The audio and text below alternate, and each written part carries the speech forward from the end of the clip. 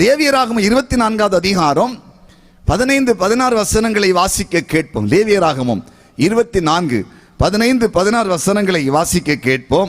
மேலும் நீ இஸ்ரவேல் புத்திரரை நோக்கி எவனாகிலும் தன் தேவனை தூசித்தால் அவன் தன் பாவத்தை சுமப்பான். கர்த்தருடைய நாமத்தை நிந்திக்கிறவன் கொலை செய்யப்பட வேண்டும். சபையார் எல்லாரும் அவனை கல்லறிய வேண்டும். பாருங்கள், தேவனுடைய நாமத்தை தூசித்தால் பாவம். சிலர் ஆண்டவரை தூசிக்க பார்த்துருக்கீங்களா? ஏதாவது கொஞ்சம் மரிச்சினி கிழங்கோ புளியை கொண்டு அப்போதான் வெயில போடுவாங்க. 2 மழை, ஒரு தேச மழை விழும் பாருங்க, இடி விழுந்த மழை, விளங்காத போன மழை. ஆண்டவனையும் பாரு, இப்பதான் மழையை பெய்ய பண்ணோம். பெய்யன்னு அதுக்கு வேற மாற்றி வரும், பெய்யன்னு வரும். இது ஆண்டவர் அறியாத கூட்டம் சொல்றது. ஆண்டவர் அறிஞ்ச கூட்டம் ஒரு கூட்டம் பாருங்க. அதாவது அவங்க நினைக்கிறதெல்லாம் ஆண்டவருக்கு கொடுக்கணும். அவங்க கேட்கறதுல ஒன்று குறைஞ்சிச்சுன்னா உடனே ஆண்டவர் தூசிக்கிறது. கோயில் சர்ச்சை போக மாட்டாங்க, ஆண்டவரை குறை சொல்றது. யோபு பாருங்களேன், யோபு 1வது அதிகாரத்தில் யோபு சொல்றாரு, யோபு கர்த்தர் கொடுத்தார், கர்த்தர் எடுத்தார், கர்த்தருடைய நாமத்துக்கு ஸ்தோத்திரம். 10 பிள்ளைகள் மரித்து இருக்கும் போது அவர் சொல்றாரு, கர்த்தருடைய நாமத்துக்கு ஸ்தோத்திரம். யோபு 2வது அதிகாரத்துக்கு போனா வேலைக்காரங்க போயிட்டாங்க, ஆடு மாடு போயிடுச்சுது, 10 பிள்ளைகள் வீடு இருந்து மரிச்சு போயிட்டாங்க. அவருடைய சரீரத்தில் பருக்கள், உச்சந்தல் உள்ளம் கால் வரையிலும் வியாதி. மனைவி சொல்றா, தேவனை தூசித்து ஜீவனை விடும்.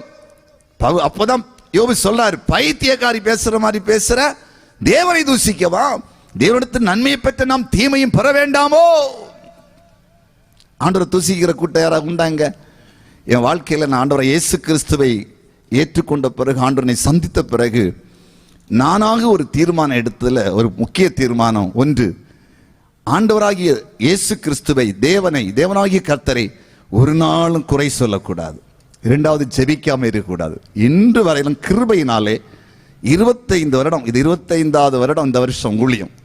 25வது வருடம் ஸ்தோத்திர பெருவிழா நடத்துறதுக்கெல்லாம் பிளான் பண்ணி அதுக்கு ஆலோசனை பண்ணி கொண்டிருக்கிறோம்.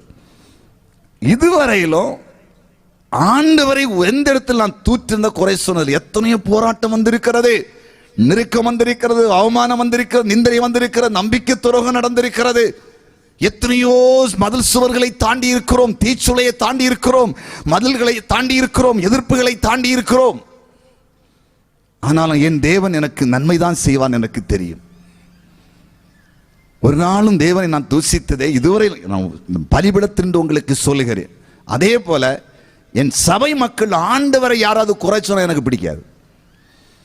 அதை தந்தாரா, இதை தந்தாரா, அவனே கொடுத்தாரு, இவனே கொடுத்தாரு, எனக்கு ஆண்டவர் ஒன்றும் செய்யலன்னு யாராவது சொன்னாங்கன்னா எனக்கு கோபம் வந்துடும். ஏன்னா தேவனை குறை சொல்லக்கூடாது, தூசிக்க கூடாது. அவரை தூசிப்பதற்கு நம்ம ஏமாத்துறோம். உலகத்தை படைத்த தேவன் யார்? மனுஷன் தான் குரங்கு. இங்க குதிப்பான், அங்க குதிப்பான், இங்க சாடுவான், ஒரு நாள் இங்கே இருப்பான், ஒரு நாள் அங்கே இருப்பான்.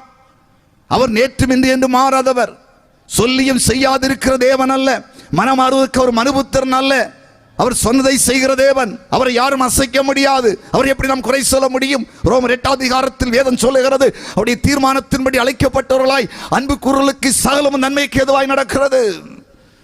தேவனால் தெரிந்து கொள்ளப்பட்டு தேவனுடைய பிள்ளைகளாய் வாழுகிற ஒவ்வொருடைய வாழ்க்கையிலும் எத்தனை தீமை வந்தாலும், போராட்டம் வந்தாலும், சிறுவலையிலே வீட்டிலிருந்து தூக்கி தூர வீசினாலும், வேலையிலிருந்து தூக்கி தூர வீசினாலும் எல்லாமே நன்மைக்கு ஏதுவாக நடக்கும்.